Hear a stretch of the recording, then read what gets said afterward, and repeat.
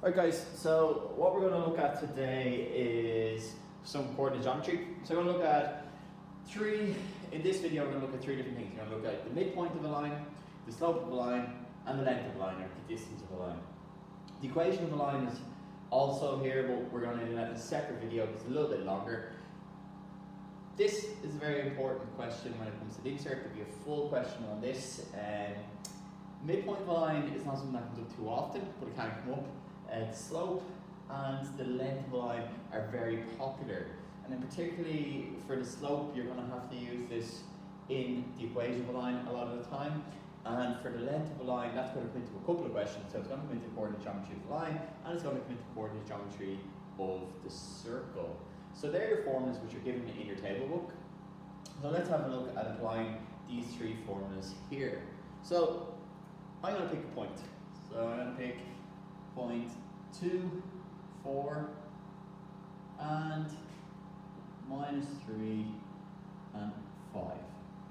And what I'm going to do here is I'm going to find the midpoint, I'm going to find the slope, and I'm going to find the length of this line. So remember, any 2 points give you a line. Any 2 points you join together will give you a straight line. So the first thing I have to do is label these, and that's always going to be x1, and that's going to be y1, and that's going to be x2, and that's going to be y2. Now, when it comes to labeling, the biggest mistake people make are x1, x2, y1, y2, so you've got to be careful about that. Also, if the points are inversed here, so if this was over this side, you could call this x1, y1, and call this x2, y2, that's no problem with that, but I just go x1, y1, x2, y2. Find the midpoint of this, very, very easy. So the formula for the midpoint says that x1, and remember this is given, plus x2 over 2, and y1 plus y2 over 2. So the formula for this, given to you in the exams, we're adding together x coordinates, and we're adding together y coordinates, and we're halving each of them. So we're getting the midpoint halfway through. So for the first one we've got 2 here, plus, I'm going to put it in brackets, minus 3. Plus and minus give you minus, use your calculator. Right, all over 2. And then we've got y1, which is 4, plus y2, which is 5, all over 2. 2 plus minus 3 is 2 minus 3, which gives you minus 1. So you're ending up with minus 1 over 2, or minus a half. Right? And 4 plus 5 gives you 9, all over 2. Now, I would leave it as a fraction, as opposed to, it doesn't give you a nice whole number. So minus a half and 9 over 2. But you could put, if you want to change it to decimals, 0.5 and 4.5. Because 2 goes into 9 4.5 times. It's up to you, but I would leave it as a fraction there. Second thing we're going to look at is the slope. So the slope is given by this letter n, which seems a bit strange, but you're going to see a lot of this letter n. So slope is not s in science is actually distance, but slope is given by the letter n. And the formula for slope, n is equal to y2 minus y1 all over x2 minus x1. Again, we're just subbing in the points. So we're going to have n is equal to y2, which is 5, minus y1, which is 4. And then we're going to have x2 minus 3 minus x1, which is minus 2. 5 minus 4 is 1.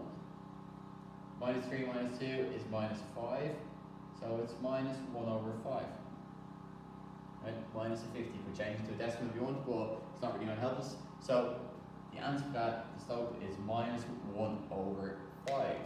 And finally, we're going to have a little look at the distance, which is probably the most work intensive of all the formulas there. Again, it's not massively difficult, but when we put it into our calculator, we just need to make sure that we are using our brackets correctly. So I'm going to write it here as we write it in your calculator. So the length of a line, or the distance of a line formula, same thing. And that's given by the square root of x2 minus x1 squared plus y2 minus y1 all to be squared. Remember, these formulas are given to you in the exam. So we're subbing in again, so we're on the square root, and how you put this into your calculator. Alright? Anywhere you have a negative number, you put it in brackets. So I do bracket x1, or x2, sorry. So it's minus 3, so I put in minus 3 minus x1, which is 2. Close my brackets. Remember that, minus 3 in brackets there. Plus, all to be squared, y2 minus y1, 5 minus 4, all to be squared. You can put that straight into your calculator now and give you an answer. It might give you a square root answer, which is third form, which is alright. If you need to do it to decimal places, you can just press SD on your calculator to change it. So, minus 3 minus 2 gives you minus 5.